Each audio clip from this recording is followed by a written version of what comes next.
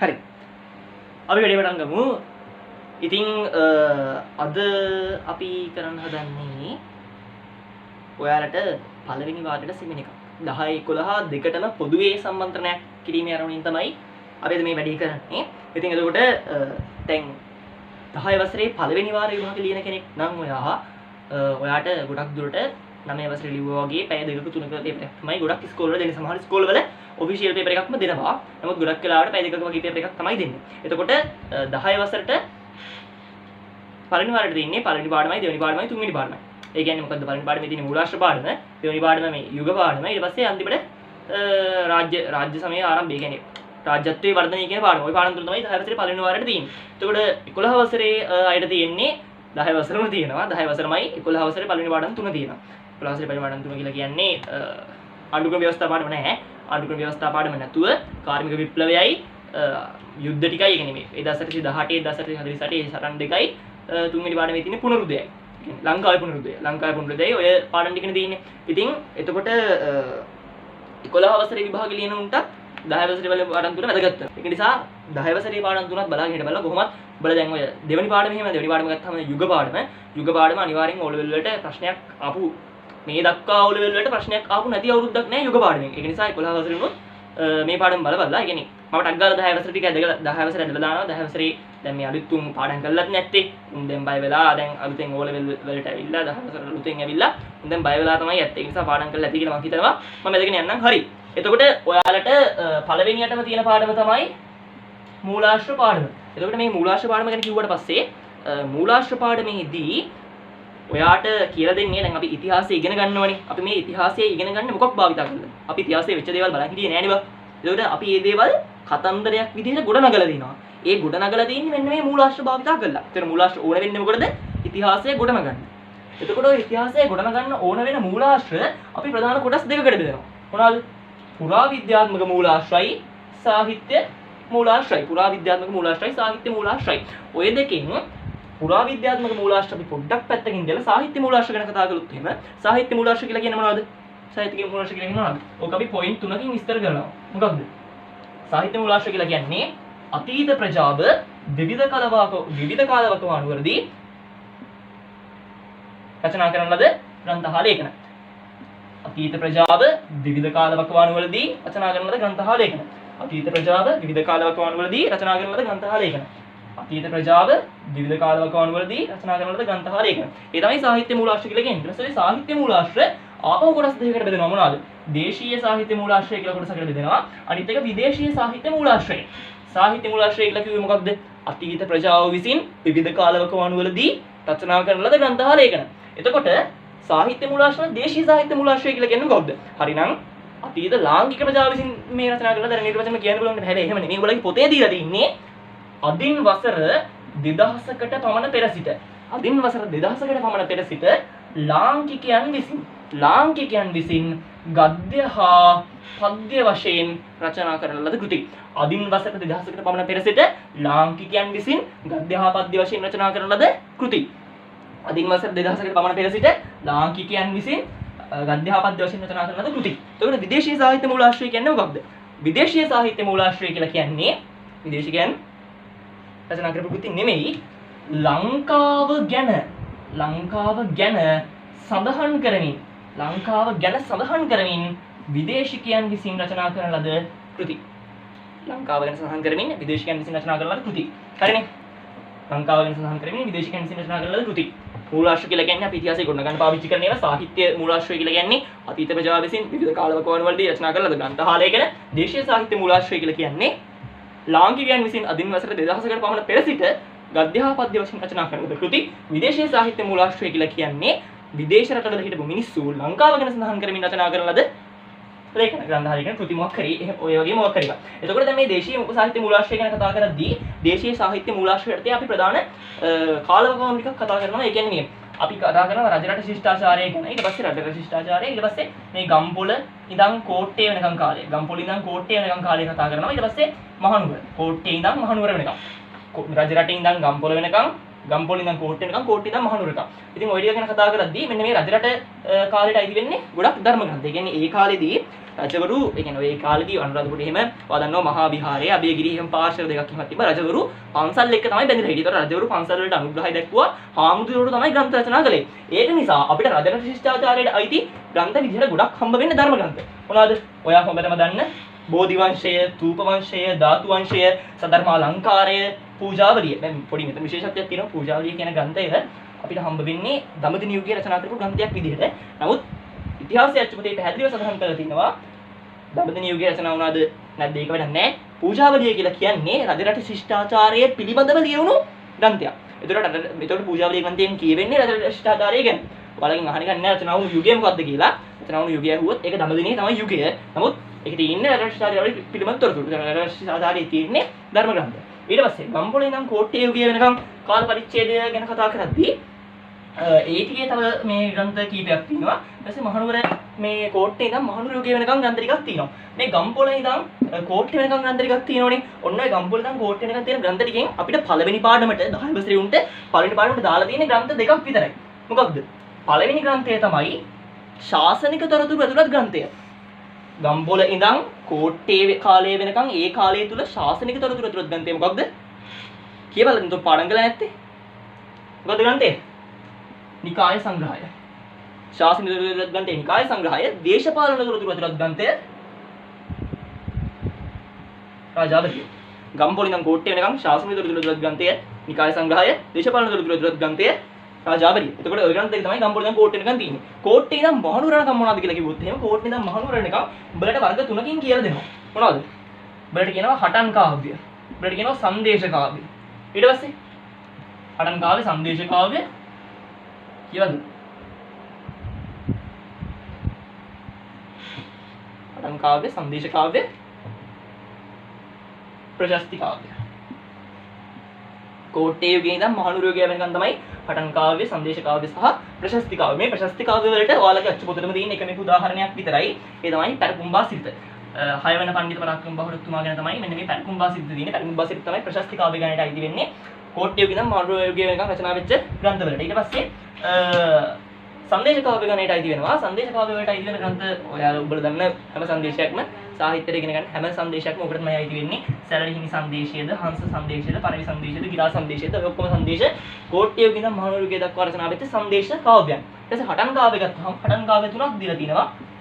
කොන්ස්ටන්ටිනු හටන, ඉංග්‍රීසි හටන, සීතාවක හටන. කොන්ස්ටන්ටිනු හටන, ඉංග්‍රීසි හටන, සීතාවක හටන.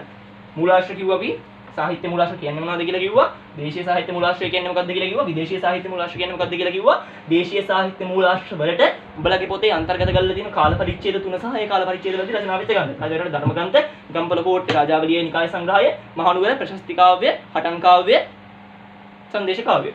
ඊට පස්සේ දේශීය සාහිත්‍ය මූලාශ්‍රය ඇතුලේ තව උඹලට කතා කරන්න දෙයක් තියෙනවා. දැන් මේ තුන ඇරුණාම දේශීය සාහිත්‍ය මූලාශ්‍රයේ තව එකක් තියෙනවා.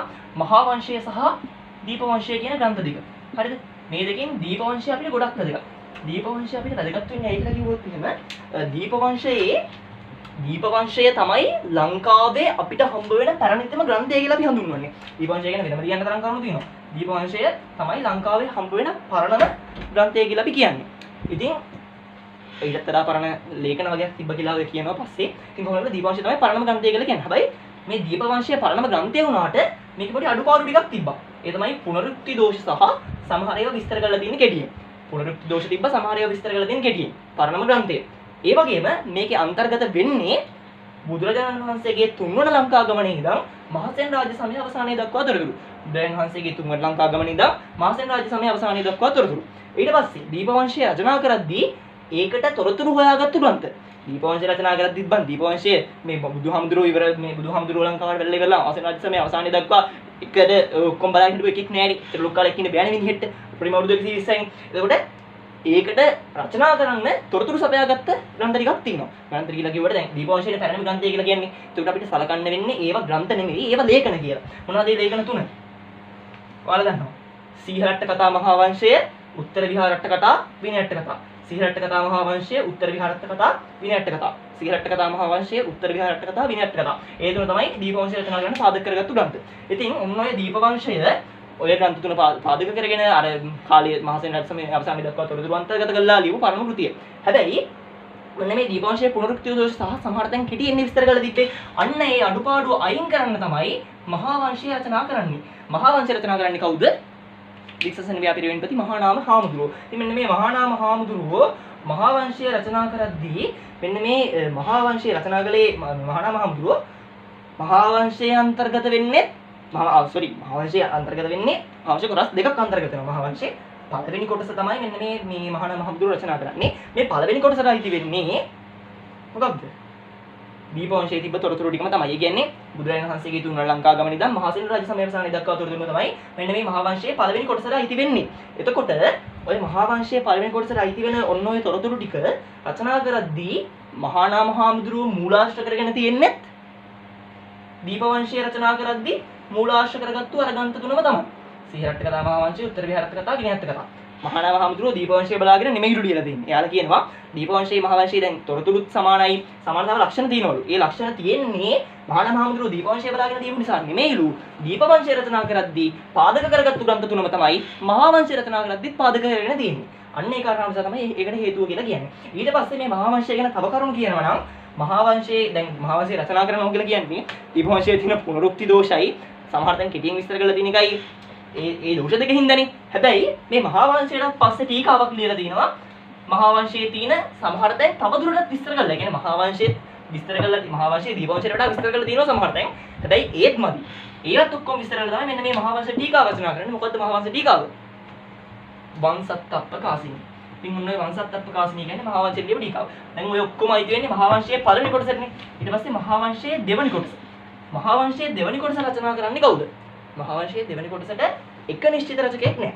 මහා වංශයේ දෙවෙනි කොටස රචනා වෙන්නේ ඒ කාලවලදී. අන්න ඒකයි අපිට මහා වංශයේ වඩාත් විශ්වසනීය මූලාශ්‍රයක් විදිහට හඳුන්වන්න පුළුවන්. ඒ කියන්නේ මහා වංශය දෙවෙනි කොටස රචනා කරන්නේ දැන් දඹදිව යුගයේ පිළිබඳ තොරතුරු තියෙනවා නම් මහා වංශයේ දඹදිව යුගයේ පිළිබඳ තොරතුරු අන්තර්ගත වෙලා තියෙන දඹදිවියේ හිටපු එක්කෙනෙක් තමයි ඒක ලියලා තියෙන්නේ. කෝට්ටේ කාලේ හිටපු එක්කෙනෙක් ඒ කෝට්ටේ ගැන තොරතුරු ලියලා. අන්න ඒ විදිහට මහා නාම හාමුදුරුවෝ රචනා කරපු මෙන්න මේ පළවෙනි කොටසේ දෙවෙනි කොටස එක එක කාලවල දඹදිවිය කෝට්ටේ ඒ වගේ එක එක රාජ්‍ය කාලවලදී ඒ කාලවල හිටපු අය අඛණ්ඩව මේ කෘතිය සමකාලීනව ලියාගෙන තියෙනවා. ඒ සිද්ධි වෙන කාලයේදීම ඒවා ලියාගෙන ඇවිල්ලා තියෙනවා. අන්න ඒ විදිහට රටක ඉතිහාසය අඛණ්ඩව බුදුරජාණන් වහන්සේගේ තුන් ලංකා ගමනෙන් පටන් අරගෙන පළවෙනි කොටස මහසෙන් රජ සමය අවසානයේ දක්වා ගිහිල්ලා එතන ඉවර වෙලා ඊට දෙවෙනි කොටස ආපහු අඛණ්ඩව වෙනවනේ. ওই විදිහට රටක ඉතිහාසය අඛණ්ඩව මේ එකම ග්‍රන්ථයක ලියලා තියෙන අවස්ථාව අපිට හම්බෙන්නේ ඉතාමත් අඩුයි. ඒක නිසා මහා වංශය ගොඩක් වැදගත්. ඒතර මහා වංශය වැදගත් වෙන්නේ ඇයි? මහා වංශයේ ඒ විදිහට අඛණ්ඩව ඉතිහාසක තොරතුරු අන්තර්ගත වෙලා තියෙන නිසා. අනිත් කාරණාව තමයි ඔය මහා වංශය ගත්තට පස්සේ මේ මහා වංශයේ කියවෙන ගොඩක් තොරතුරු අපිට පුරාවිද්‍යාත්මක මූලාශ්‍ර වලින් සනාථ වෙනවා. ඔව්. අපි මේ ඔබලා සිංහල පොතේ තියෙනවා වගේ මේ සිංහ බාහුගෙන් ලංකාවේ මිනිස්සු හදුනා කියලා ඒවනම් සනාථ කරන්න පුරාවිද්‍යාත්මක තොරතුරු නැහැ. ඒක මහා වංශයේ තිබ්බ කතාවක් නේ. නමුත් මහා වංශයේ තියෙන ගොඩක් දේවල් ගොඩක් ඉතිහාස කතන්දර අපිට පුරාවිද්‍යාත්මක මූලාශ්‍රයෙන් සනාථ කරන්න පුළුවන්. ඒ නිසා මහා වංශය වඩාත් විශ්වසනීය මූලාශ්‍රයක් කියලා අපි කියනවා. ඉතින් ඔන්න ඔය ටික තමයි දේශීය සාහිත්‍ය මූලාශ්‍රයට කතා කරන්න තියෙන්නේ. ඊට පස්සේ විදේශීය සාහිත්‍ය මූලාශ්‍රයට ආවට පස්සේ විදේශීය සාහිත්‍ය මූලාශ්‍රයට අපිට කතා කරන්න තියෙනවා. අපිට මුලින්ම හම්බ වෙනවා ඉන්දියානු ග්‍රන්ථ තුනක්. ඊට පස්සේ අපිට හම්බ වෙනවා ලංකාවට ඇවිත් ග්‍රන්ථ ලියපු අය. ලංකාවට නෑවිත් ග්‍රන්ථ ලියපු අය. හරිනේ. එතකොට ඉන්දියානු ග්‍රන්ථ කියන්නේ මේ කතන්දරේ වෙන්නේ මෙහෙමයි. ලංකාව කියලා කියන්නේ හොඳ කුළුබඩු තිබ්බ අලියැත්තු මුතුමැණික් තිබ්බ රටක්. ඒක නිසා ලංකාව ගැන විදේශීය රටවල් වෙනදාම් මෙන් දැනගෙන හිටියා. ඒ නිසා ඒ දැනගෙන හිටපු තොරතුරු අනුව මුලින්ම එක එක ග්‍රන්ථ රචනා කරා. දැන් ඉන්දියාවනේ අපි එහා පැත්තේ හිටපු අපි ගැන ලොවෙත් දන්නවනේ. ඒකට ඉන්දියාවේදී මෙන්න මේ ලංකාව ගැන සඳහන් කරපු පොඩි ග්‍රන්ථ තුනක් හම්බ වෙනවා. සිලප්පාදිකාරම් මණිමේක්කලේ පදිරුපත්තු. සිලප්පාදිකාරම් මණිමේක්කලේ පදිරුපත්තු. ඉන්දියාවේ හම්බ වෙන ග්‍රන්ථ තුන සිලප්පාදිකාරම් මණිමේක්කලේ පදිරුපත්තු. ඔන්න ඔය ග්‍රන්ථ තුන තමයි ඉන්දියාවේ හම්බෙන්නේ. ඉතින් ඒ විදිහට ලංකාව ගැන සඳහන් කරමින් රචනා කරපුවා තමයි ඒවා. නමුත් පෘතුගීසින් ලංකාවට ආවට පස්සේ ලංකාව ගැන ඒ බටහිර රටවලුත් දැනගන්නවනේ. අන්න ඊට පස්සේ අපිට හම්බ වෙනවා ලංකාව ගැනම සම්පූර්ණයෙන්ම ලංකාව වෙනුවෙන්ම රචනා කරපු ග්‍රන්ථ. අන්න ඒ ගානේ අන්න ඒ කොටසට තමයි මෙන්න මේ ටිකයි තියෙන්නේ. ඇවිත් ලියපුවා සහ නැවිත් ලියපුවා. ඇවිත් ලියපුවා ගැන කියද්දී ලංකාවට ඇවිල්ලා ඒව ඇසින් දැකලා ඒ හිටපු මිනිසුන්ගෙන් තොරතුරු අහලා එහෙම තමයි මෙන්න මේ ග්‍රන්ථ ටික රචනා කරලා මේ ග්‍රන්ථ පහක් තියෙනවා. ඒ ග්‍රන්ථ පහ ගැන කතා කරද්දී ඒ ග්‍රන්ථ පහට අයිති වෙන්නේ අපි හොඳටම දන්න මොකක්ද? රොබර්ට් නොක්ස් ඉන්නවා, ඩැල්ඩියස් ඉන්නවා, පාහියන් හාමුදුරුවෝ ඉන්නවා, රිබෙයිරෝ ඉන්නවා. රිබෙයිරෝ බැල්ඩියස් පාහියන් හිමි ඊට පස්සේ රොබර්ට් නොක්ස් විතරයිනේ. ඔව්. ඔන්න ඔතනදී මෙන්න මේ රොබර්ට් නොක්ස් කියලා කියන්නේ ඉංග්‍රීසි ජාතිකයෙක්. එතකොට බැල්ඩියස් කියලා කියන්නේ ඕලන්ද ජාතිකයෙක්. රිබෙයිරෝ කියලා කියන්නේ පෘතුගීසි ජාතිකයෙක්. පාහියන් කියලා කියන්නේ චීන ජාතික භික්ෂුවක්. එන්න එතකොට දැන් මේ පාහියන් හිමිගේ දේශාටන වාර්තාව කියලා කියනවා. රොබර්ට් නොක්ස්ගේ 10 දිව කියලා කියනවා. 10 දිව බලන්න මතකද දන්නේ නැහැ. පාඩමක් තිබ්බා පොඩි කාලේ සිංහලච්ච පුතේ. ඉතින් එතකොට රොබර්ට් නොක්ස්ගේ 10 දිව ග්‍රන්ථය ලංකාවට ඇවිල්ලා ලංකාව ගැන තොරතුරු ලියපු ඉංග්‍රීසි මූලාශ්‍රයක්. ඊට පස්සේ බැල්ඩියස්ගේ ලංකාව පුරාවෘත්තය ලංකාවට ඇවිල්ලා බැල්ඩියස් ලියපු ඕලන්ද මූලාශ්‍රයක්. පාහියන් හාමුදුරුවන්ගේ දේශාටන වාර්තාව පාහියන් හාමුදුරුවෝ ලංකාවට ඇවිල්ලා ලියපු චීන මූලාශ්‍රයක්. ඊට පස්සේ රිබෙයිරෝ ලංකාවට ඇවිල්ලා ලියපු ලංකා ඉතිහාසයේ ග්‍රන්ථය පෘතුගීසි මූලාශ්‍රයක්. පෘතුගීසි මූලාශ්‍රය මේ චීන මූලාශ්‍රය ඉංග්‍රීසි මූලාශ්‍රය සහ ඕලන්ද මූලාශ්‍රය. හරිනේ එච්චරනේ තියෙන්නේ දැන්. අනේ ඵලයන් බයි යන්න. කොහොමද එතකොට අරාබි මූලාශ්‍රය කියන්නේ උඹලා අප්පොච්චිද? අරාබි මූලාශ්‍රය. අරාබි මූලාශ්‍රය කියන්නේ කවුද? ඉබ්න් බතූතා. ඉතින් මෙන්න මේ ඉබ්න් බතූතාගේ දේශාටන වාර්තාව අයිති වෙන්නේ අරාබි මූලාශ්‍රයට. ඒකට දැන් අරාබි මූලාශ්‍රයක් තියෙනවා, ඉංග්‍රීසි මූලාශ්‍රයක් තියෙනවා, පෘතුගීසි මූලාශ්‍රයක් තියෙනවා, ඕලන්ද මූලාශ්‍රයක් තියෙනවා, චීන මූලාශ්‍රයක් තියෙනවා. ලංකාවට ඇවිල්ලා ලංකාව ගැන ලියපු අය. රිබෙයිරෝගේ පෘතුගීසි මූලාශ්‍රය, රිබෙයිරෝගේ ලංකා ඉතිහාසය. ඊට පස්සේ මේ බැල්ඩියස්ගේ ඕලන්ද මූලාශ්‍රය ලංකා පුරාවෘත්තය. බැල්ඩියස් කියන්නේ ඕලන්ද එක, පෘතුගීසි එක තමයි රිබෙයිරෝ කියලා කියන්නේ. ඔය නම් දෙක තමයි වල පැල්ලෙනවා අනිත්‍යව දෙතකින් බලන්න. හරි. ඉබ්න් බතූතා, බැල්ඩියස්, ෆිලිපස් බැල්ඩියස්, රිබෙයිරෝ, පාහියන් හාමුදුරුවෝ, රොබර්ට් නොක්ස්. ඊට පස්සේ ලංකාවට එන්නේ නැතුව ලංකාව ගැන ලියපු අය. ලංකාවට එන්නේ නැතුව ලංකාව ගැන ලියපු අය කියද්දි ග්‍රීක මූලාශ්‍ර තියෙනවා, රෝම මූලාශ්‍ර තියෙනවා, චීන මූලාශ්‍ර තියෙනවා. ග්‍රීක, රෝම, චීන මනරගේට ඔය තුන තමයි තියෙන්නේ. ඊට පස්සේ මෙන්න මේ ග්‍රීක මූලාශ්‍රයට අයිති වෙන්නේ ඇරිස්ටෝටල්ගේ ඩිමුන්ඩෝ කෘතිය. ඊට පස්සේ ඔනෙසික්‍රිටස්ගේ වාර්තා. ඒ වගේම මෙගස්තිනිස්ගේ ඉන්ඩිකා. එතනදි ග්‍රීක මූලාශ්‍රයට අයිති වෙන්නේ ඇරිස්ටෝටල්ගේ මේ ග්‍රන්ථය. ඊට පස්සේ මෙගස්තිනිස්ගේ ඉන්ඩිකා, ඔනෙසික්‍රිටස්ගේ වාර්තා. ඇරිස්ටෝටල්ගේ ඩිමුන්ඩෝ, මෙගස්තිනිස්ගේ ඉන්ඩිකා, ඔනෙසික්‍රිටස්ගේ වාර්තා. ඔය තුන අයිති වෙන්නේ ග්‍රීක මූලාශ්‍රයට. රෝම මූලාශ්‍රයට ග්‍රීක රෝම මූලාශ්‍ර දෙකම බෙලට පැටලෙනවා. දැන් චීනයේ ඉන්නේ ෆර්නාओडी ක්වෙරෝස් පියතුමා. ෆර්නාओडी ක්වෙරෝස් පියතුමා ඒක චීන මූලාශ්‍රය කියලා උඹලා දානවා කොහොම හරි කරලා. මේ ඒක අවුලක් වෙන්නේ නැහැ. නෑ සෝරි. ෆර්නාओडी ක්වෙරෝස් පියතුමා නෙමේ. චීන මූලාශ්‍රය කවුද? ඉත් බලාගෙන ඉන්නව කට අරගෙන. හියුන් සියෑන් හාමුදුරුවෝ. හියුන් සියෑන් හාමුදුරුවෝ තමයි චීන මූලාශ්‍රය. දැන් පාහියන් හාමුදුරුවෝ චීන නමක් වගේ හියුන් සියෑන් කියන එක චීන මූලාශ්‍රයක් කියන උඹලා ලියලා දෙන්න. පාහියන් හාමුදුරුවෝ ඇවිත් ලියපු කෙනා, නැවිත් ලියපු කෙනා චීනේ. හියුන් සියෑන් හාමුදුරුවෝ ඒක උඹලා ලියනවා. උඹලට පැල්ලෙන්නේ ග්‍රීක රෝම මූලාශ්‍ර දෙකයි. අනිත් එක මම අර කියපු කවුද?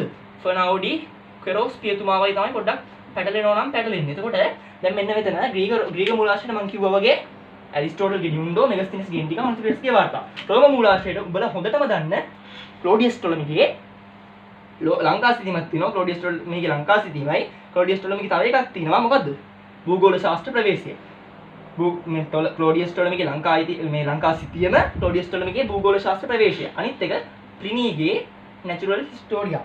භූගෝල ශාස්ත්‍ර ප්‍රවේශය, ප්ලිනීගේ නැචරල් හිස්ටෝරියා, ඒ වගේම එයාගේ මේ ටොලමිගේ ලංකා සිතියම. ඉතින් ඔන්න ඔය වගේ ටිකක් තමයි තියෙන්නේ. ඊට පස්සේ අර මම මතක වෙච්ච එක ක්වෙරෝස් පියතුමා. ෆර්නාओडी ක්වෙරෝස් පියතුමා කියලා කියන්නේ පෘතුගීසි මූලාශ්‍රයක්. හරිනේ.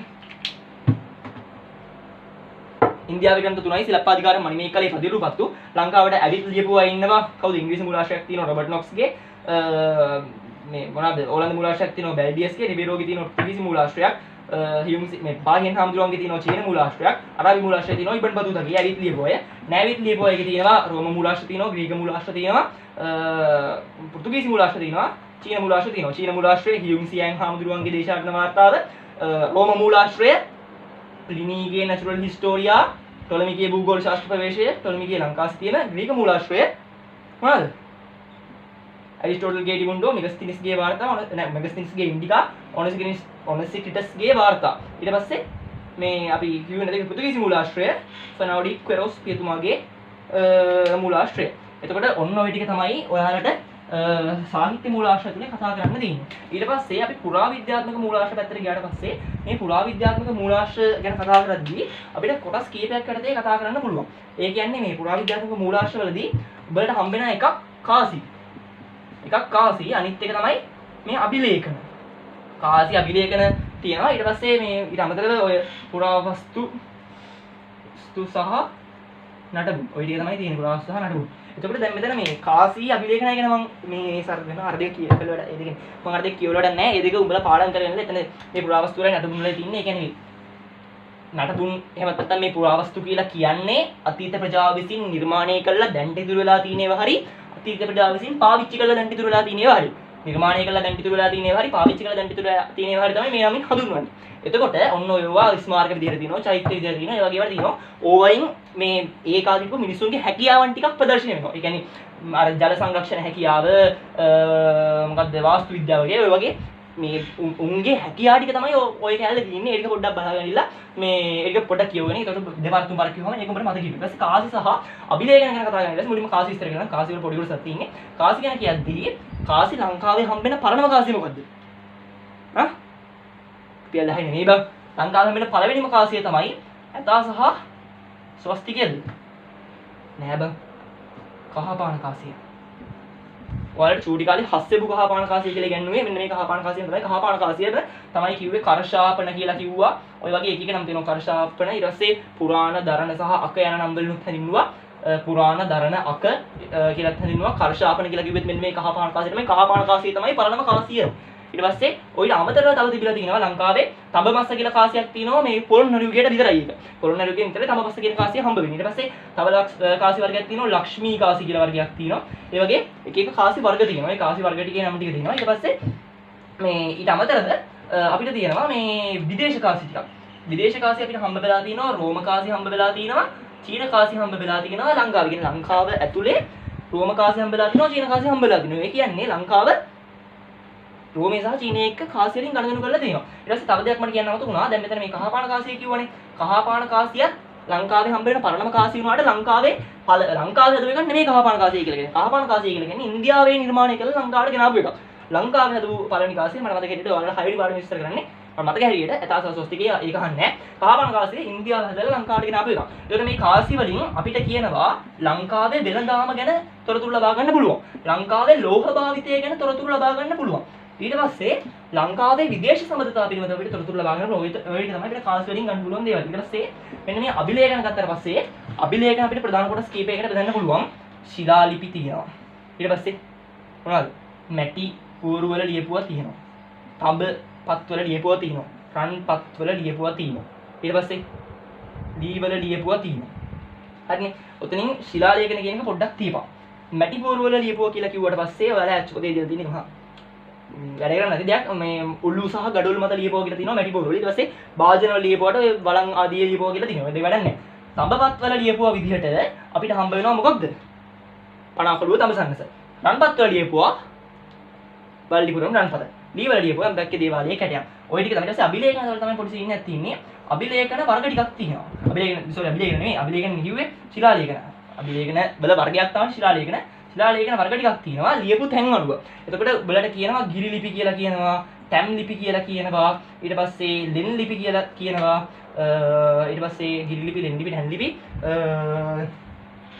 පෝරු ලිපි තියෙනවා, ආසන ලිපි තියෙනවා. ගිරි ලිපි කියලා කියන්නේ ගල් කුළුවක් හෝ ගල් තලාවක් මත ලියපු ලිපි. ටැම් ලිපි කියලා කියන්නේ කණුවක් හදලා ගල් වලින් ඒක මත ලියපු ලිපි. ලෙන් ලිපි කියලා කියන්නේ ගල් ලෙනේ මේ දොරණම් මේකේ මේ කටාරම කියලා ගත්ත තිබුණේ අර වතුර යන්න වැස්සේ. ඒ ඔය කටාරම අසල ලියපු ලිපි තමයි මේ ලෙන මමයි පූජා කළේ, මම පූජා කළේ මේ හාමුදුරන්ට පින්පිනිස. අන්න ඒ වගේ මේ ලියපුව තමයි මේ ලෙන් ලිපි කියලා කියන්නේ. කටාරම අසල ලියපුව. ඊට පස්සේ පෝරු ලිපි කියලා කියන්නේ සකස් කරගත් ගල් පෝරුවක් මත ලියපු ලිපි. පෝරු ලිපියකට උදාහරණයක් මොකද්ද? ලංකාවේ ලොකුම මේ දිග මේ සෙල්ලිපිය විශාංග මල්ලජුරුවන්ගේ ඒ මතක් වෙච්ච එක තමයි. ඊට පස්සේ මම කියන්නේ තුන මතක් කරගන්න. ඊට පස්සේ ආසන ලිපි. ආසන ලිපි ගොම සකස් කරගත්ත ගල් ආසනයක් වගේ එකක් මත ලියපු ලිපි. ගිර ලිපි ගල් කුළු හෝ ගල් තලා මත, ටැන් ලිපි සකස් කරගත් ගල් කණු මත, ලෙන් ලිපි ගල් එන්න වල කටාරම් මතර ආසන මත පෝරු සකස් කරගත් පෝරු මත. ඕවා තමයි තියෙන්නේ. ඊට පස්සේ මේ පුරාවිද්‍යාත්මක මූලාශ්‍රයි සාහිත්‍ය මූලාශ්‍රයි ඔතනින් අපිට මේ තියෙනවා මේ පොඩි කොටසක් අන්තිමට ඉතිහාසය මේ ඉගෙනීමේ වැදගත්කම කියලා. ඉතිහාසය ඉගෙනීමේ වැදගත්කම කියලා තියෙනවා. ඒ වගේම කොහොමද මේ පුරාවිද්‍යාත්මක මූලාශ්‍ර ආරක්ෂා කරගන්න ඕන කියලා කොටසක් තියෙනවා. පුරාවිද්‍යාත්මක මූලාශ්‍ර ආරක්ෂා කරගන්න ඕන කියන කොටස දිනම් බලන්නේ ඔබේ චින්තනය බං. ඔබ රචනාවලිය අධි පාවිච්චි කරන්නේ මොලේ කියලා එකක් තියෙනවානේ. දැන් ගෙදර තියලා හිටියට මේ ඉස්කෝලේ යද්දි විභාගෙට දුක් ගෙනියපන්. ඉස්කෝලේදී ගෙනියන්නේ නැති වුණාට. ඉතින් මේ ඔන්න ඕක පාවිච්චි කරලා තමයි ලියන්න ඕනේ. ඒ කියන්නේ බලන්න ලියන්න ඕනේ මොනවද? දැන් මිනිස්සු වට හානි කරනවා, නිදන් හොයන්න ගිහිල්ලා හානි කරනවා. ඊට පස්සේ මේ ඒව විහිළුවකට අරගන්නවා. ඒ වගේ තමන්ගේ නම් ගම් ලියලා මේ මොකද්ද මේ සඳුනියෙක්ස් මේ තබිසිය ලියලා ඔන්න ඔය වගේ මේ කරන්නේ නැතුව අපි ආරක්ෂා කරගන්න ඕනේ. ඒ වගේම නිදන් හොරුන්ට අපි කියලා දෙන්න ඕනේ. ඒ වගේම නිදන් මගුලක් නැහැ. මෙච්චර කොච්චර කරුවත් එහෙම හම්බෙච්ච කතන්දරයක් අහලා තියෙනවද කියපන් කොහොමද හරි ඔබ නෑනේ. ඉතින් ඒ වගේ අපි මේ දේවල් රැක ගන්න ඕනේ. අපේ ළමයින්ටත් බලන්න දෙන්න. ඒක තමයි මෙතනින් කියන්නේ ඕනේ. ඉතිහාසය ඉගෙනීමේ වැදගත්කම. දැන් තොපි මේ ඉතිහාසයේ සිලබස් එක හදපුන්ට මේ බයිනවනේ කේද? ඇයි මේ ඉතිහාසයේ සබ්ජෙක්ට් එක හදලා තින්නේ? උඹලට ගණන් විද්‍යාව උගන්වන්න හරියන්නේ නෑනේ. උඹලට ගණන් විද්‍යාව විතර උගන්වන්න වැඩක් නෑ. මොකද උඹලට මේ සමාජයේ ජීවත් වෙන්න ඕන හැටි ගැන කිසිම අවබෝධයක් නෑ. ඒකයි උඹලට ඔය සාහිත්‍ය වගේ විෂයන් දාන්නේ. සිංහල භාෂාව උගන්වන්න විතරක් නෙමෙයි. උඹලට රසවින්දනය කියලා දෙන්න. ඊස්තටික් සබ්ජෙක්ට් කරන්න කියන්නේ ඒකයි. උඹලට රසවින්දනාත්මක මිනිස්සු පිටසක් කියලා දාන්න. අධ්‍යාපනයේ පරමාර්ථය තොපි උගන්වලා ඉංජිනේරුවෙක් ડોක්ටර් කෙනෙක් කරන එක නෙමෙයි. අධ්‍යාපනයේ පරමාර්ථය සමාජෙ හොඳ පුරවැසියෙක් බිහි කරන එක. අන්න ඒකයි මේ ඉතිහාසය අපිට උගන්වන්න දාලා තින්නේ. ඉතිහාසය ඉගෙනීමේ වැදගත්කම මොකද? අපි අතීත කතන්දර දැනගන්නවා. ඒ කතන්දර වලදී උන් මොන වගේ දේවල්ද කරන්න ගියේ? උන් මොනා කරන්න ගිහිල්ලා මොනවද කරගත්තේ? මේක කළාට පස්සේ උට හරි ගියාද කියලා වුණාද? ඉතින් අපිත් මේ වගේ දෙයක් කළොත් අපිටත් හරියයිද කියලා වෙයිද? අන්න ඒ වගේ අතීත කතන්දර ඇසුරෙන් තමන්ගේ ජීවිතය ගොඩනගා ගන්න. අතීත කතන්දර ඇසුරෙන් තමන්ගේ ජීවිතය ගොඩනගා ගන්න එක වැදගත් වෙනවා. ඊට පස්සේ තමන් ජීවත් වෙන්නේ මොන වගේ ලෝකයකද? තමන් ජීවත් වෙන ලෝකේ තමන් මේ ආශ්‍රය කරන මිනිස්සු මේ සමාජය කොයි වගේද? අන්න ඒ විදිහට සමාජය හා ලෝකය පිළිබඳ යථාබෝධය සමාජය හා යෝකයේ පිළිබඳ යථාබෝධය කියන්නේ අතීතතු වෙන ගැනීම. අතීතය මේ අතීත දොරටු අහලා අපේ වර්තමානයේ ගොඩනගා ගන්න සමාජය හා ලෝකයේ පිළිබඳ යථාබෝධය. ඊට පස්සේ අතීතය ඇසුරින් වර්තමානයේ ගොඩනගාගෙන අනාගතයට ගස්වන්න. අතීතයේ වෙච්ච දේවල් වලින් පාඩම් ඉගෙනගෙන වර්තමානයේ ඒ අනුව ගොඩ ගස්වලා මොකක් කරන්නද? අනාගතයේ එහෙම නොවෙන්න වගේ බලා ගන්න. ඊට පස්සේ ලංකාවේ අභිමානයක් විදියට යකෝ මහා වංශය වගේ ග්‍රන්ථ තව ලෝකේ නැහැ. ඒ වගේ ග්‍රන්ථ එකයි දෙකයි තියෙන්නේ. මුළු ලෝකෙටම. රටේ ඉතිහාසය අඛණ්ඩව ලියවෙච්ච. ඉතින් ඒ වගේ ග්‍රන්ථයක් අපේ රටේ තියෙනවා. ඒක කොච්චර ලොකු අභිමානයක්ද? අන්න ඒ විදිහට ලංකාවේ පුරාවිද්‍යාත්මක වටිනාකම ලෝකයේ ඉදිරියේ පෙන්වන්න එක වැදගත් වෙනවා. ඔන්න ඔය වගේ දේවල් හින්දා තමයි අපි මෙන්න මේ ඉතිහාසය ඉගෙනීමේ වැදගත්කම ගැන කියන්නේ. දැන් ඔයාලට 10 වෙනි පළවෙනි වාරි විභාගෙට නම් ගොඩක් වෙලාවට මේ වගේ ප්‍රශ්නයක් දීලා විස්තර කරන්න දෙන්න පුළුවන් පොයින්ට් දෙකක් විතර. පැය දෙකේ පෙරක් හමුනොත් නම් කොහොම වේද කියන දන්නේ නැහැ. පැය දෙකේ පෙරනම් හුබ බේවල. අපි පැය 5කට ලෑස්ති වෙලා. ඊට පස්සේ මේ පැය 4කට. ඊට පස්සේ ඊට පස්සේ අර වගේ එකක් දුන්නොත් ඒකත් එහෙම තමයි කියන්නේ. මේ මොකද ආරක්ෂා කරන්න ඕනේ කොහොමද කියන එකද? දැන් 11 වසරේ ළමයි ඉන්නවා. 11 වසරේ මෙයාලට වැඩිපුරම මේ වයින් නම් අහනවා ඉතාමත් අඩුයි. වැඩිපුරම ඔයාලට අහනවා නම් අහන්න පුළුවන් MCQ එකට. අර මම මුලින්ම කියපු කාරණා ටික මොනවද? මේ කෙටි ප්‍රශ්න අහන්න පුළුවන්. දෙවෙනි පේපරේට අහන්න පුළුවන් කලාතුරකින් ඉතාමත් කලාතුරකින් මේ මොනවාද මූලාශ්‍ර කියලා කියන්නේ සාහිත්‍ය මූලාශ්‍ර මොනවාද පුරාවිද්‍යාත්මක මූලාශ්‍ර ඒ වගේම අහන්න පුළුවන්. හැබැයි කෙටි ප්‍රශ්න වලට අනිවාර්යෙන් අහනවා මූලාශ්‍ර පුරාවිද්‍යාත්මක මූලාශ්‍ර සාහිත්‍ය මූලාශ්‍ර අභිලේඛන වර්ග මොනවාද කියලා අහන්න පුළුවන්. ඊට පස්සේ මේ මොනවාද මේ පුරාවිද්‍යාත්මක මූලාශ්‍ර වර්ග මොනවාද? ඊට පස්සේ සාහිත්‍ය මූලාශ්‍ර ලංකාවට ඇවිල්ලා ලංකාව ගැන ලියපුවා ලංකාවට එන්නේ නැතුව ලංකාව ගැන ලියපුවා ඉන්දියානු ග්‍රන්ථ ඔය වගේ තමයි අහන්න පුළුවන්. ඊට පස්සේ ඔන්න ඔය වගේ ටිකක් මේ මූලාශ්‍ර පාඩමේ තියෙන්නේ. දෙවෙනි පාඩම මම පොඩ්ඩකට පැත්තකින් දාලා මම තුන්වෙනි පාඩමට ආවොත් එහෙනම් තුන්වෙනි පාඩමේ රාජ්‍යත්වයේ වර්ධනය තියෙන්නේ. රාජ්‍යත්වයේ වර්ධනය කියද්දි පූර්ව රාජ්‍ය සමය කියලා එකක් තියෙනවා. ඒකෙදි කියන්නේ ඔය රජ කෙනෙක් ඇති වෙන්න කලින් කොහොමද මේ දේවල් ගලන්නේ කියලා. දැන් ඕකේ තියෙන බැලට අරන් ටික ඔක්කොම බේරලා ගත්තාට පස්සේ තුන්වෙනි පාඩමෙන් උඹලට ප්‍රශ්න අහන්න පුළුවන් දැන් කීපයක් තියෙනවා. එකක් තමයි රජවරු. රජවරු අනිත් එක තමයි මොකක්ද උඹලට දෙනවා රාජ්‍යත්ව සංකල්ප කියලා ටිකක් දෙනවා. රාජ්‍යත්ව සංකල්පයි රජවරුයි තව එකක් දෙනවා මොකක්ද? පරුමුඛයි ගමිකයි. හරිනේ. පරුමුඛයි ගමිකයි කියන කිව්වට පස්සේ මේ ගමිකට පස්සේ තව එකෙක් ඉන්නවා මේ ගෘහපති කියලා කියන්නේ ගමේ පවුල් 4ක් හිටියනම් ඒ පවුල ඒක පවුලක මේ නායකයා කියන්නේ තාත්තා තමයි මේ ගෘහපති කියලා හිටින්නේ. ඒක වෙන ඉච්චරයි දින්නේ. ඒ වෙන සෙල්ලිපියක් තිබ්බා. මේ පොඩක් ඒ සෙල්ලිපි අනිවාර්යෙන් කියවගනි. මම සෙල්ලිපි එකක් වෙනම දාන්නම්. ඊට පස්සේ අන්න ඒ ටික තිබ්බා මෙන්න මේකේ. ඊට පස්සේ ගමික ගැන කියනවා නම් ගමික කියලා කියන්නේ ඒ විදිහට පවුල් පහක් නම් තිබේ. පවුල් පහේම තාත්තලා ගෘහපතියෝ ටික ගහපතියෝ ටික එකතු වෙලා ඉවර වෙලා ඔවුන් කට්ටියගෙන් සුදුසු ගෙනාව මෙන්න මේ ගමික කියන තනතුරටපත් කරන එක ගමේ නායකයා තමයි ගමික කියලා කියන්නේ. ඔය වගේ ගම් විශාල ප්‍රමාණයක නායකයා තමයි පරුමුඛ කියලා කියන්නේ. අපේ මේ අනුරාධපුරයේ පැත්ත නම් මේ පරුමුඛ කියලා කිව්වේ වැව් පද්ධතියකට. ගමකට වැවක් තියෙනවා. ඒ වගේ වැව් මේ ඇලවල් වලින් සම්බන්ධ කරලා හදපු එක ප්‍රදේශයක තියෙන එක වැව් පද්ධතියකට අධිපති කෙනා තමයි මේ පරුමුඛ කියලා කියන්නේ. ගමික කියලා කියන්නේ ගමක අධිපති. ගමිකගේ රාජකාරිය අහන්න පුළුවන්. ගමිකගේ රාජකාරිය ගුවහම ගමේ ආරවුල් විසඳන්න ඕනේ ඌ. ඊට පස්සේ ගමේ වැඩ කටයුතු වලට නායකත්වය දෙන්නත් ඕනේ. හරිනේ. ඒ වගේම ගමේ වැව නඩත්තු කරන්න ඕනේ. ගමේ වැවෙන් ජලය බෙදා හරින්නත් ඕනේ. ගමේ වැවෙන් ජලය බෙදා හරින්න ඕනේ. ගමේ වැව නඩත්තු කරන්න ඕනේ. ආරවුල් විසඳන්න ඕනේ. වගේම ගමේ කටයුතු වලට පොදු කටයුතු වලදී නායකත්වය දෙන්න ඕනේ. ඊට පස්සේ මෙන්න මේ පළුමුකලගේ අර ජීවිතය ගැන දිනනවා. පබළු මාලයක් හම්බෙලා තියෙනෝනේ. කොහෙද මේ ඉබ්බන් කටුවෙන්ද කොහෙද? ඒ පබළු මාලය කියන්නේ මෙයාලා විදේශ ඥානයකට බබුදු වෙන එක. එයාලා මෙයාලා ලොකු මේ ජීවිතයක් හොඳ ජීවිතයක් ආතල් ජීවිතයක් ගත කරපු සෙට් එකක්. ඊට පස්සේ රාජ්‍යත්ව සංකල්ප ගැන කතා කරද්දී රාජ්‍යත්ව සංකල්ප තියෙනවා. පර්වත රාජ තියෙනවා. ඊශ්වර තියෙනවා. දේවත්ව තියෙනවා. පර්වත රාජ දේවත්ව ඊශ්වර ඔන්න ඔය වගේ එකක් තියෙනවා. පර්වත රාජ කියලා කිව්වේ කාටද? කාටද? කාශ්‍යප රජුරන්ට. කාශ්‍යප රජුරන්ට තමයි කිව්වේ අලකපය මහරජා කියලා. මේ ආලක මන්දාලයට අධිපති මහරජා කියලා. ඒ කියන්නේ කුවේරයාගේ ආලක මන්දාව සීගිරිය සීගිරියට අධිපති කියන තමයි කාශ්‍යප මේ තමයි යාට තමයි පර්වත රාජා කියලා කිව්වේ. ඒක අවුලක් නැහැ. ඊට පස්සේ නර ඉස්සර කියලා සෙල්ලිපි වල තියෙනවා. නර ඉස්සර කියලා සෙල්ලිපි වල සඳහන් වෙලා තියෙනවා. ඒ කියන්නේ කවුරු ගැනද? කුට කන්න අබේ රජුරුව ගැන තමයි මෙන්න මේ ඊශ්වර සංකල්පයෙන් නර ඉස්සර කියලා හඳුන්වලා තියෙන්නේ. ඔයාලා චූටි කාලේ නම් දන්නවා දේවත්ව කියන සංකල්පය. දේවත්ව කියන සංකල්පයට එන්නේ කවුද? මහසෙන් රජතුමා මහසෙන් දෙවියෝ කියලා අදටත් මිනිස්සු වන්දනා කරනවා. මෙන්න ඒරිය වැව ඇතුළු ඒ වැව හදපු එකට මේ එකක් පිළිහෙද. ඊට පස්සේ මේ දේවත්ව ඊශ්වර තව රාජ්‍යත්ව සංකල්ප තමයි තියෙන්නේ. මට මොකක් කමෙන්ට් එකක් දාපන්. කාට අරගෙන බලන් ඉන්නවද දැන්?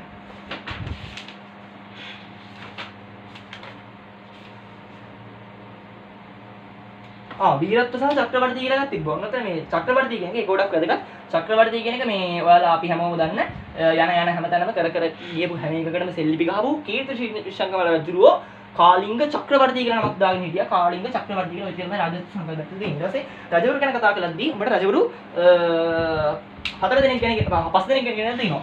පළවෙනි රජතුමා තමයි පණ්ඩුකාභය රජතුමා. 11 වසරේට මේක වැදගත් වෙනවා. 11 වසරේටත් මේකෙන් ප්‍රශ්නයක් එන්න පුළුවන්. ඊසි. පණ්ඩුකාභය රජතුමා ඉන්නවා. දෙවන පෑතිස් රජතුමා ඉන්නවා. ඊට පස්සේ දුටු ගැමුණු ඉන්නවා. වසබ ඉන්නවා. තව කවුද ඉන්නේ? විජයබාහු ඉන්නවා. විජයබාහු දුටු ගැමුණු වසබ දෙවන පෑතිස් පණ්ඩුකාභය පහයි. මෙච්චරද ඉන්නේ. තව එකෙක් ඉන්නවනේ. බාධිකාභය. බාධිකාභය රජුරුව ගැන ඔයාලට තියෙන පුංචිම පුංචි කන්ට්‍රක්. බාධිකාභය රජුරුවන්ගේ ෆොටෝ එකක් එහෙම දිනවා. රුවන්වැලි මහසෑය යහ පැත්තේ මෙහෙම වැඳගෙන ඉන්න ෆොටෝ එකක් තිබ්බොත් ඒ ඉන්නේ බාධිකාභය රජුරුව. බාධිකාභය රජුරුව රෝමෙන් පබළුවාන යන්නේ කරලි ඉවර වෙලා පූජා කළා කාටද? අපේ මේ රුවන්වැලි මහසෑයට. ඒ දෙක තමයි ඉන්නේ. පිළිමේ තියෙනවා යාගේ මේ රෝමෙන් ගියාලා අබළු පූජා කළා. ඒක තමයි බාධිකාභය රජුරුවන්ගේ තියෙන්නේ. ඊට පස්සේ දෙවනම් පිටිස් රජුරුවන්ගේ තියෙන්නේ. දෙවනම් පිටිස් රජුරුව විදේශ සමත්තා පැවැත්තුවා මේ අපේ කවුද මේ? ධර්මාශෝක රජතුමා එක ධර්මාශෝක රජතුමා එක්ක විදේශ සමත්තා පවත්වලා ඉවර වෙලා එයා මේ ලංකාවට මේ බුදුදහම ගෙන ගත්තා. අශෝක රජතුමා ආපු පංච කකුල බාන්ධ භාවිතා කරලා නැවත අභිෂේක වුණා බුදුදහම ගෙන ගත්තා. ඊට පස්සේ ඊට අමතරව එයා මේ ඔය මේ බුදුන් වහන්සේ රෝපණය කිරීමේදී කතරගම ශාස්ත්‍රීයන්ට චන්දනගම ශාස්ත්‍රීයන්ට ආරාධනා කළා කියලා කියලාත් තියෙනවා. කියන්නේ දිනපති රජතුමා ගැන අහුවොත් එහෙම දෙවන පරිස් රජතුමාගෙන් පස්සේ දුර්ගම රජුරෝ ලංකාව එක්සේසත් කරනවනේ. දුර්ගම රජුරවන්ට ලංකාව එක්සේසත් කරන්න ලේසි වෙන්න එයා මුළු රටේම කට්ටියත් එක්ක හොඳින් හිටියා. චන්දනගම සහ කතරගම ශාස්ත්‍රීයන් එක්කත් එයා හොඳින් හිටියා. ඉතින් ඔය පොයින්ට් එක තමයි තියෙන්නේ. ඒ දෙක හිටියා විදේශ සමත්තා පැවැත්තුවා. ඒක තමයි දෙවන පිරිස රජුරෝ. පණ්ඩුකාභය රජුරෝන් තියෙන්නේ. පණ්ඩුකාභය රජුරෝ පරමුකවරුන්ව මරලා රජ වුණා. එයා තමයි ලංකාවේ පළවෙනි රජුරෝ.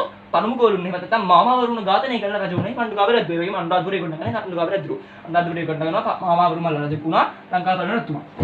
ඊට පස්සේ වසර රජතුමා ගැන කිව්වොත් එහෙම වසර රජතුමා අපි දුර්ගම කියන්නේ දුර්ගම වාදින දුර්ගම වල දන්න මොනවාද? දුර්ගම රජතුමා තමයි ලංකාවේ පළවෙනි සංවිධානාත්මක සටන් ව්‍යාපාරය මෙහෙවන්නේ. ලංකාවේ පළවෙනි සංවිධානාත්මක සටන් ව්‍යාපාරය. ඒක ලියපල්ලා. කොහොමද ගහලා විද්‍යපුරේට ඉඳලා සිපාගෙන අන්තිමට විද්‍යපුරේට ගිහිල්ලා මේක ඉස්සරහින්ම කියලා කරලා සංවිධානාත්මක සටන් ව්‍යාපාරය.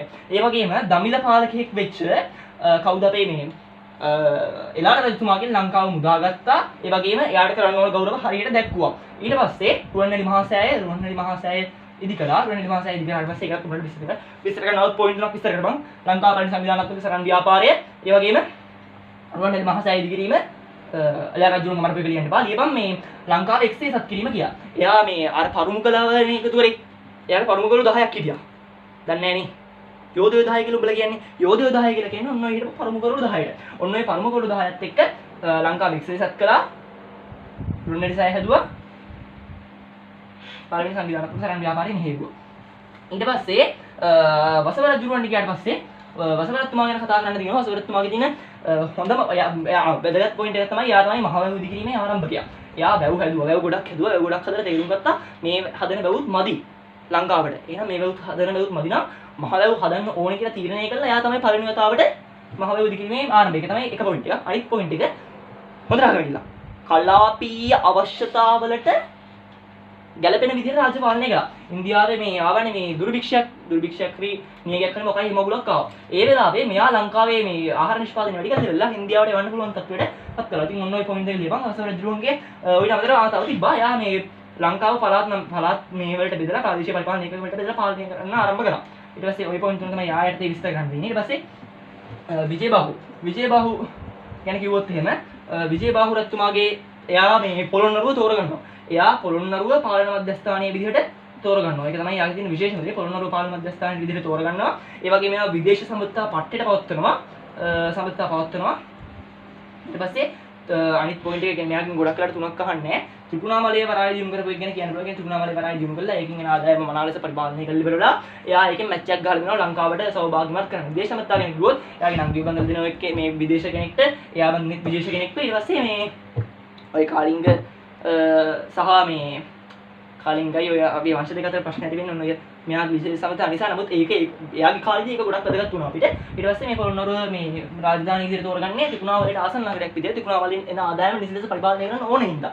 ඒ වගේම දැන් අනුරාධපුරේ මේ කඩා වැඩි ඉවරයි. අනුරාධපුරේ වෙනකොට එයා එහෙ තෝරගන්නවා. ඉතින් ඔය ටික තමයි තුන්වෙනි පාඩමේ තියෙන්නේ. ඊට පස්සේ විනාඩි 10ක ඉන්ටර්වල් එකක් දෙනවා. විනාඩි 10ක ඉන්ටර්වල් එකකින් පස්සේ ආපහු මේ ලෑස්ති වෙලා අපි ඊළඟ ටිකට යමු.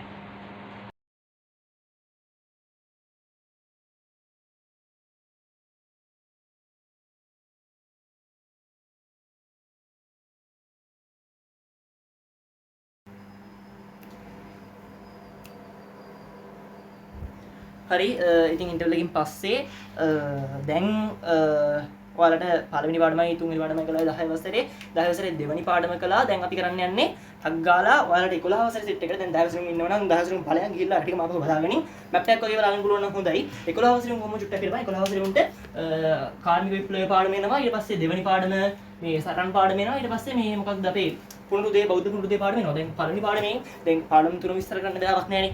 අඩ ගලහගනින් පළවෙනි පාඩමේ කාර්මික විප්ලවයේ පාඩමේදී උඹලගෙන් අනිවාර්යෙන් අහන්න පුළුවන් ප්‍රශ්න දෙකක් තියෙනවා. මේ ප්‍රශ්න දෙකෙන් එකක් ලොවෙත් අහන්න ඕනේ. ඒ කියන්නේ දැන් උඹලා 11 වසරේ පළවෙනි වාරනේ. 11 වසරේ පළවෙනි පාඩම තමයි මේක. එතකොට ඔන්න ඔය කාර්මික විප්ලවය ගැන කතා කරද්දී අනිවාර්යෙන් පාඩම් කරගෙන ඔය කාර්මික විප්ලවයේ තියෙන මේකනේ. කාර්මික විප්ලවයේ තියෙනවා. විප්ලවයේ ව්‍යාප්ත වෙච්ච ශේෂ්ත්‍ර තියෙනවා. ප්‍රධාන ශේෂ්ත්‍ර තුනක් තියෙනවා. අනු ශේෂ්ත්‍ර තුනක් තියෙනවා. ප්‍රධාන ශේෂ්ත්‍ර තුන තියෙන්නේ මොනවද? ගල් ලඟුරු තියෙනවා. යකඩ හා වාණේ තියෙනවා. මේ රෙදි තියෙනවා. ඊට පස්සේ ඔය රෙදි එකේ තියෙන මැෂින් ටිකයි යකඩ එකේ තියෙන මැෂින් තුනයි තියෙන්නේ යකඩවල. ඊට පස්සේ මේ මොකද්ද මේ ගල් ලඟුරුවේගේ මේ මැෂින් දෙකකුයි අර හම්පි ඩේව්ගේ ලාම්පුවයි යන්නේ නිර්මාණ ටික පොඩ්ඩක් මේ බලාගෙන තුනේම ඊට පස්සේ ඒ තුන නරහම් පස්සේ මේක අර කෘෂි කර්මාන්තයේ කියන ශේෂ්ත්‍රයේ තියෙන අර ගුවානෝ පොහොරයි කෘෂි කර්මාන්ත ශේෂ්ත්‍රයේ තියෙන එච්චර කෘෂි කර්මාන්තයේ තියෙන අපව අමුතුවෙන් පාඩම් කරන දෙයක්වත් නැහැ. කෘෂි කර්මාන්තයේ තියෙන ගුවානෝ පොහොර තියෙනවා අප්‍රිකාවෙන් හොයාගත්තු මේ දකුණු ඇමරිකාවට පස්සේ හොයාගන්නවා. ඊට පස්සේ ජොන් ඩොටෙල්ගේ තේරියට වැපිරීමේ ක්‍රමය අශ්වයන් භාවිතා කළා. ඒකෙන් ගොඩක් මේ වාසි සහගත විදිහට විසිතුරු කරගන්න පුළුවන්. ගුවානෝ පොහොර මගින් සාර්ථකව පැලවලට පොහොර සාර්ථකව නිපදවපු පැලවලට පොහොරක්. ඊට පස්සේ මේ අන්තිමට අරකට මේ තව එකක් තියෙනවා ගුවානෝ පොහොරයි මේ ජොන් ඩොටෙල්ගේ එකයි අර මේ වෙන් කළා වගා කිරීමේ ක්‍රම. මට ඒකට කියන නම මතක නැහැ. ඒක බලාගෙන ඒ කියන්නේ අර මේ එකම එකක් නැතුව එක ළඟ කීපයක් මෙහෙම වෙන් කරලා වගා කළාට පස්සේ එකක් ඒ කියන්නේ දැන් බඩිනුයි V9 තින්නේ V වලට මේ අහිතකර දලඟුවෙක් ආවොත් එතනට V වගා විතරයි විනාශ වෙන්නේ. මේකට මේ බාධාවක් ඉන්නේ නැහැ. මොකද ඒක බඩිනුයි හින්දා. ඔය ඔක්කොම බලපාන එකක් ආවත් මුලින්ම මේකට හදුනට පස්සේ ඒක ආපහු මේකට හො වෙන්නේ නැහැ. මෙහෙම ඇඩ් කරලා තියෙන හින්දා. ඔන්න ඔය වගේ මේ එකක් තියෙනවා. අන්න ඔය ටික තමයි කෘෂි කර්මාන්තය තියෙන්නේ. සංනිවේදනයට ආපහු මුතුන් විස්තර කරන්න ඕනේ නැහැ. සංනිවේදනයේට තියෙන්නේ උඹලා අර ටිකම විස්තර කරපන්. ඒ කියන්නේ මොකද්ද? මේ ඇලෙක්සැන්ඩර් ග්‍රැහම් බෙල්ගේ දුරකථනයයි රූපවාහිනියයි මේ ජොන් ලොගි බෑඩ්ගේ මේ ගුවන් විදුලිය ඔය ටික තමයි විස්තර කරන්න දෙන්නේ. මේකට ඊට පස්සේ අර මේ ටෙලිග්‍රාෆ් සේවාව මොකක් හරි එකක් තිබ්බා. ඊට පස්සේ අර මේ බ්‍රිතාන්‍යයේ පෙනිසබල් සේවය ඔන්න ඔය ටික තමයි සංනිවේදනයේට තියෙන්නේ. ඊට පස්සේ ප්‍රවාහන ශේෂ්ත්‍රයේ තියෙනවා රොබර්ට් පුල්ටන්ගේ මේ දුම් බෝට්ටුව. ඊට පස්සේ අර නැව කවුද මට මතක නැහැ. අන්න ඒ මේවා ටික බලාගනින් ඕක ඒ ටික කියන්නේ කිසි ප්‍රශ්නයක් හරි ලොවෙත් එනවම තමයි. මේකේ වැදගත්ම කෑල්ල තමයි කියන්නේ උඹලට සාමාන්‍ය මිස් වෙන කෑල්ල කාර්මික විප්ලවයේ ප්‍රතිඵල ගැන කතා කරද්දී ප්‍රතිඵල ශේෂ්ත්‍ර තුනක් ඔස්සේ උඹලට කියන්න දිලවනේ. සමාජ ශේෂ්ත්‍රය ඔස්සේ තියෙනවා. දැන් අපි මේ කතා කරන්නේ ප්‍රතිඵල ලෝකයට. හොඳේ ලෝකයට ප්‍රතිඵල ලංකාවට ප්‍රතිඵල තියෙනවා. ලෝකයට ප්‍රතිඵල තමයි සමාජ ආර්ථික දේශපාලන. දැන් මෙතනින් දේශපාලන කියන එකට අයිති වෙන්නේ හොඳට අහගෙන ඉන්න. ඒ කියන්නේ මේ පොයින්ට් තුන මේකෙන් උඹට එකක් විස්තර කරන්න පුළුවන්. සමාජ ප්‍රතිඵල විස්තර කරන්න පුළුවන්. කාර්මික මේ ආර්ථික ප්‍රතිඵල විස්තර කරන්න පුළුවන්. දේශපාලන ප්‍රතිඵල විස්තර කරන්න පුළුවන්. දේශපාලන ප්‍රතිඵල විස්තර කරන්න ගියාට පස්සේ මේ අලුත් දේශපාලන දර්ශන බිහි වෙනවා. මේ ඇඩම් ස්මිත් මේ නැමැත්තා රාජ්‍ය නිර්වාදකවාදී ඉදිරිපත් කරනවා. නිර්වාදකවාදී වගේ දර්ශන මේ නෑ ඒක ලියන්න බා. ඔබ ලියපන් අරගෙන මේ මොකක්ද සමාජවාදය ධනවාදය ඔන්න ඔය වගේ දර්ශන බිහි වෙනවා. ඔන්න ඔය වගේ දේශපාලන දර්ශන බිහි වෙන්නේ මෙන්න මේ කාර්මික විප්ලවය නිසා. ඔන්න ඔය වගේ දේශපාලන දර්ශන සමාජවාදය කියලා කියන්නේ රුසියාව මගින් පසු කාලීනව ව්‍යාප්ත කරන ලද පොදුවේ සමාජය ගැන හිතන එක සාමාන්‍ය තනි සමාජය ගැන හිතන්නේ නැතුව. ඉතින් අන්න ඒ වගේ සංකල්පයක් මේ සමාජවාදය කියන්නේ අන්න ඒ වගේ සමාජවාදය ඊට පස්සේ ඒකට විරුද්ධ ධනවාදය වගේ සංකල්ප බිහි වෙනවා. ඊට පස්සේ දේශපාලන ශාස්ත්‍රයේ අනිත් එක විදිහට ලියපන්. මේ දේශපාලන ශාස්ත්‍රයේ මේ අපිට ගන්න පුළුවන් මේ මොකද්ද? අර දේශපාලන ශාස්ත්‍රයේ ඒ කියන්නේ ඒක ඇත්තටම සමාජ ශාස්ත්‍රයට තමයි වැඩිපුරම ගැලපෙන්නේ. නමුත් උඹලා ඇත්තටම ඒක දේශපාලන ශාස්ත්‍රයට දීලා දිනවා. ඒ කියන්නේ මේ ධනෙ උපයා ගන්න මහන්සි වෙන්නේ නැතුව ධනෙ උපයා ගන්න ධනපති පන්තියක් සහ මහන්සි වෙලා තමන්ගේ ජීවිතේම කලකිරීමෙන් ගත කළා මේ ඊටමත් අඩු මුදලක් හොයාගන්න කම්කරු පන්තියක්. අන්න ඒ විදිහේ කම්කරු පන්තියක් සහ ධනපති පන්තියක් බිහි වෙන එක දේශපාලන ප්‍රතිඵල වලට තමයි දීලා දෙන්නේ. ඒතකොට ඒකත් උඹට ලියන්න පුළුවන්. දේශපාලන දර්ශන බිහි වෙන්න ලියන්න පුළුවන්. ඊට පස්සේ රාජ්‍ය නිර්වාදකවාදය වගේ ආර්ථික පැත්තට මේ බර වෙච්ච මේ ඒවත් ලියන්න. ඒ කියන්නේ නෑ ඒක ඕනේ නෑ. මේ කියන්නේ මේ දෙකනේ තියෙන්නේ දැන් ඔයාලට ගොඩක් වෙලාට අහන්නේ දෙකයි. අර සමහර වෙලාවට අර අන්තිම ප්‍රශ්නෙට ආවොත් එහෙම ලකුණු 6 ප්‍රශ්නෙට ආවොත් එහෙම තමයි ඔයාලට 3ක් ලියන්න වෙන්න පුළුවන්. ඒතකොට 3ක් ලියන්න වෙන්න වුණොත් දේශපාලන දර්ශන කතාව දාන්න, මේ කතාව දාන්න, ඊට පස්සේ මේ අරග දාන්න. නව අධිරාජ්‍යවාදය ඇති වෙන්නේ මෙන්න මේ කාර්මික විප්ලවයේ හින්දා. ඒ කියන්නේ මේ කාර්මික විප්ලවයත් එක්ක දේශපාලනමය වශයෙන් එයාලා යොමු වෙනවා තව රටවල් අල්ලගෙන ඉවරලා යටත් විස පිහිටුවා ගන්න. ওই විදිහට යටත් විස පිහිටුවා ගන්න යුරෝපීය රටවල් තරඟයක නිරත වෙන එකට තමයි නව අධිරාජ්‍යවාදය කියලා කියන්නේ. නව අධිරාජ්‍යවාදයේ දේශපාලන දර්ශන ඊට පස්සේ මේ කම්කරු පන්තිය සහ ධනපති පන්තිය බිහිවීම. ඊට පස්සේ සමාජ ප්‍රතිපද වලට ගියාට පස්සේ සමාජ ප්‍රතිපද වලට උඹ දාපන් අරග. ඒ කියන්නේ මේ මොකක්ද? ඉතාමත් අන්ත දුගී අසික්කිත ජීවිතයක් ගත කරන කම්කරු පන්තියක් හම්බෙනවා සනීප ආරක්ෂාව බිඳුවයි. ඊට පස්සේ උන්ට පහසුකම් නැහැ. පැය 18ක් වැඩ කරන වෙනවා සමහර දවස් වලට. කිසිම සේවක සුබ සාධකයක් නැහැ. ඒ වගේ කම්කරුවන්ට දුක්ඛිත ජීවිතයක් හම්බෙනවා. ඒක එක. ඊට පස්සේ කර්මාන්ත ශාලාවල දුම් ඊට පස්සේ ওই භාවිතා කරන අපද්‍රව්‍ය පරිසරයට මුදා හැරීමත් එක්ක පරිසරයේ දූෂණය වෙන්න පටන් අරගෙන ඉවරලා මිනිස්සුන්ට නුසුදුසු පරිසරයක් ගොඩනගෙන පරිසර දූෂණයට මුල පුරන්නේ මෙන්න මේ කාර්මික විප්ලවය තමයි. ඒකත් මේ සමාජ එකට පොයින්ට් එකක් දාපන්. කම්කරුන්ගේ දුක්ඛිත ජීවිත තත්ත්වය මේ පරිසර දූෂණය ආරම්භ වෙන එක. ඊට පස්සේ දාපන් සමාජ ප්‍රතිපලයක් විදිහට ඔයාලට දාන්න පුළුවන් මේ මොකක්ද අර නගර ඒ කියන්නේ නගර ආශ්‍රිතව ගොඩක් පහසුකම් දිනු වෙනවත් එක්ක අලුත් කර්මාන්ත ශාලා ඇති වෙනවා. අලුත් කර්මාන්ත ශාලා ඇති වෙද්දි මොකද වෙන්නේ? කලින් රස්සාවල් නොතිබ්බ මිනිස්සුන්ට අලුත් රස්සාවල් අවස්ථා හම්බ වෙනවා. කර්මාන්ත ශාලාවලට ගිහින් වැඩ කරන්න උනහම මේ ජීවිතය සික්කිතයි තමයි. නමුත් රැකියාව නැතුව හිටපුන්ට රැකියාවක් හම්බ වෙනවා. කන්න බොන්න නැතුව හිටපු හිඟන්නන්ට පවා කර්මාන්ත ශාලාවක කම්කරුවෙක් හැටියට දැන් වැඩ කරන්න පුළුවන්. අන්න ඒ වගේ සේවක අවස්ථා බිහි වෙනවා කර්මාන්ත ශාලා නිර්මාණයවත් එක්ක. ඒක සමාජ හේතු. ඊට පස්සේ ආර්ථික හේතු වලට ගියාට පස්සේ ආර්ථික හේතු නම් ඔබට ගොඩක් දාතික. ඒ කියන්නේ ආර්ථික හේතු වලට දාපන් අරගෙන මේ බැංකු සේවා ඔය වගේ බිහි වෙන්නේ මෙන්න මේ ආර්ථික මේ සේවා කියන්නේ ආර්ථික ප්‍රතිපද වලට තමයි මෙන්න මේ බැංකු සේවා ඊට පස්සේ ඔය අනම්මනම් ඒ වගේ දේවල් නිර්මාණය වෙන එක අයිති වෙන්නේ. ඊට පස්සේ මෙතන මේ තව මේ දෙයක් තියෙනවා. ඒක දැන් ඔබලා අච්චුකේ දීලා තියෙනවානේ සාම්ප්‍රදායික කෘෂි ආර්ථික රටාවට විරුද්ධව මෙන්න මේ අපනයන ආර්ථික විප්ලවය දැන් ඔයාලට මේ පුනරුද්දේ කතා කරද්දී ලංකාවට වෙච්ච බලපෑම කතා කරද්දී ඔයක හැමතැනදීම අහු වෙන පොයින්ට් එකක්. ඉතින් මතක තියාගනින් කාර්මික විප්ලවයේ ආර්ථික ප්‍රතිඵල වලටම තමයි අයිති වෙන්නේ මේ බැංකු සේවා වගේ මේ වෙනදාම් කරන අයට පහසුකම් වෙනදාම් කරන අයට පහසුකම් බැංකු සේවා විතරක් නෙවෙයි බැංකු සේවා මූල්‍ය ආයතන ඔය බිහි වෙන්නේ මෙන්න මේ කාර්මික විප්ලවයේ ආර්ථික ප්‍රතිඵලයක් විදිහට වෙනදාම් කරන අයට මේ කරන උදව්වක් විදිහට වෙනදාම් කරන අයට පහසුකම් තමයි සපයන්නේ. මම කියන්න ගියේ මොකක්ද?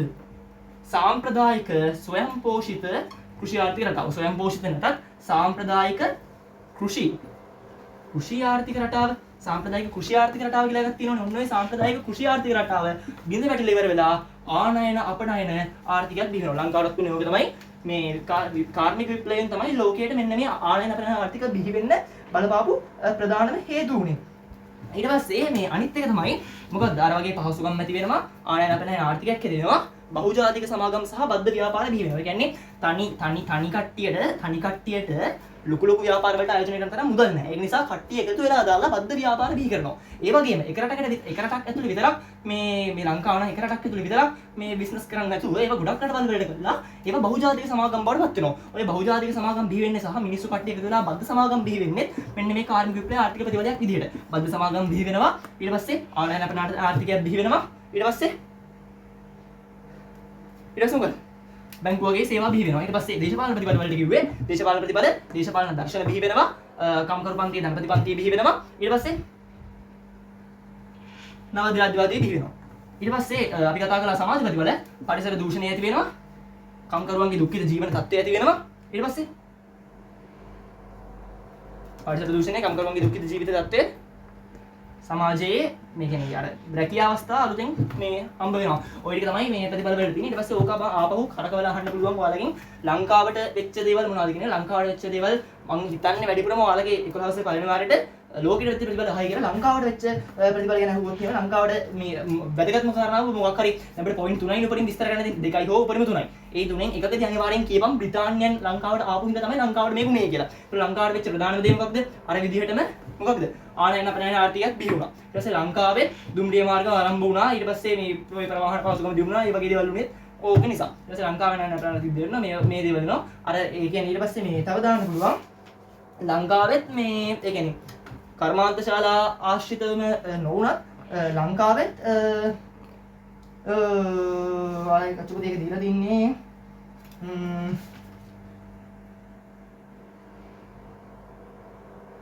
ඔව් ලංකාවෙත් ඒ කියන්නේ පන්ති ભેදය පට ගන්න දැන් ඕක මේ බ්‍රිතාන්‍යයන් ලංකාවට ආපු එකේ ප්‍රතිඵලයක් විදිහට දක්වනවා. නමුත් ලංකාවෙත් පන්ති ભેදය හට ගන්නත් මෙන්න මේක වල පැව කියලා තියෙනවා. ඒ කියන්නේ ඔය ධනවත් මේ වෙළඳ ආයතන හිමි ධනවතුන් කර්මාන්ත ශාලාවල පොඩියට වැඩ කරපු සේවකයන් ඒ කියන්නේ ඔය මේ ඉංග්‍රීසි ආණ්ඩුකාරවරුන් පොඩි පොඩි කර්මාන්ත ශාලා පටන් ගන්න ඕනේ තේ කර්මාන්ත ශාලා කෝපි මෝල් ඒ වගේ පටන් ගන්න ඕනේ. ඒ වගේ වයේ වැඩ කරන කර්මාන්ත ශාලාවල කම්කරු වෙනවනේ. මේ වගේ කම්කරු ඇවිල්ලා ලංකාවෙත් ඒ වගේ පන්ති ભેදයක් ඇති වෙනවා. ලංකාවෙත් ආනයන ප්‍රණයන ආර්ථිකයේ බිඳ වැටෙනවා. ලංකාවෙත් පහසුකම් ඇති වෙනවා. ඊට පස්සේ මේ ලංකාවෙත් ඔය වගේ මේ කියන්නේ පරිසර දූෂණයක් තියෙනවා. ඔය ඔක්කොම ටික ඕකම දාලා ඊට පස්සේ ලංකාවේ මේ අර යුද්ධ ටික ගැන කතා කරද්දී දෙවෙනි පාඩමේ උඹලට තවර පොඩි කොටස් ටිකක් තියෙනවා. බ්‍රිතාන්‍යයන් ලංකාවට ඇවිල්ලා බ්‍රිතාන්‍යයන් ඇයි ආසියාවට ඇවිල්ලා ලංකාවට අවදානම් යොමු කළේ. ඒ වගේ දේවල් ටිකක් තියෙනවා. ඒකෙන් උඹලට වැදගත් වෙනවා 1818 සටන සහ 1848 සටන.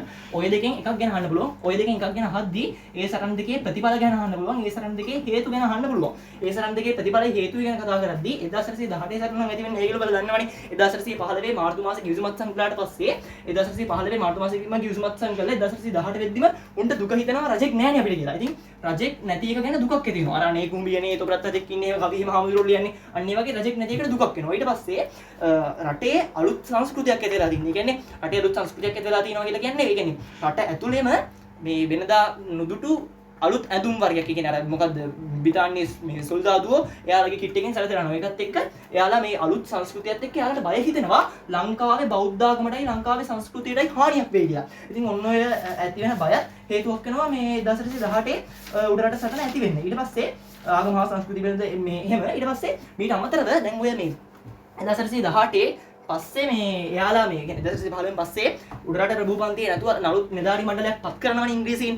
අලුත් නිලධාරී මණ්ඩලයක් පත් කළාට පස්සේ ප්‍රභූපන්තියට කලින් තිබ්බ බලය නැති වෙනවා. කලින් තිබ්බ බලය නැති වෙලා බ්‍රිතාන්‍ය හිටපු සොල්දාදුවෝ ප්‍රභූපන්තියට රිස්පෙක්ට් කරන්නෙත් නෑ. යා කිසිම ගරු කිරීමක් නෑ. මෙයාලට තිබ්බර සමහර බදු වර්ග අයින් කරනවා.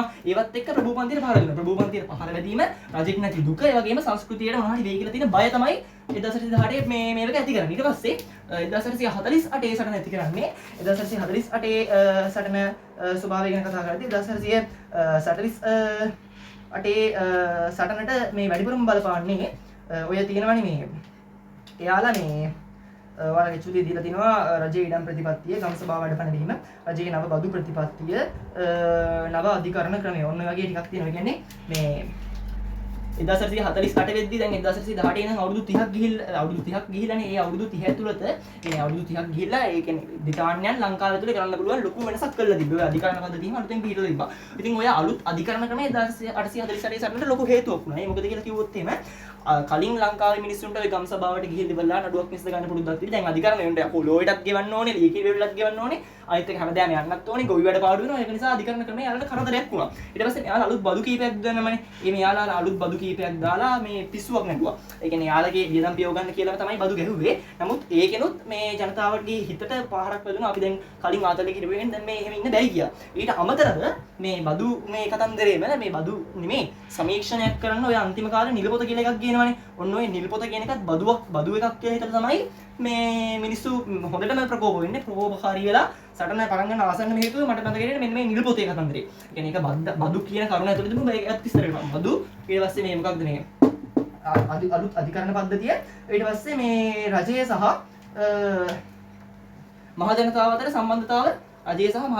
සම්බන්ධතාව දුර වෙනවා. උඹලට දැන් හතරවෙනි පාඩමට ගියාට පස්සේ කෝල් බුක් ප්‍රතිසංස්කරණ ගැන ඉගෙන ගන්න තියෙනවා. කෝල්බ්‍රූක් ප්‍රතිසංස්කරණ ගැන උගන්වද්දී කෝල්බ්‍රූක් මේ ප්‍රතිසංස්කරණ වලදී කෝල්බ්‍රූක් අවස්ථාව දෙනවා රජයේ සිවිල් නිලධාරීන්ටත් වගා ගන්න.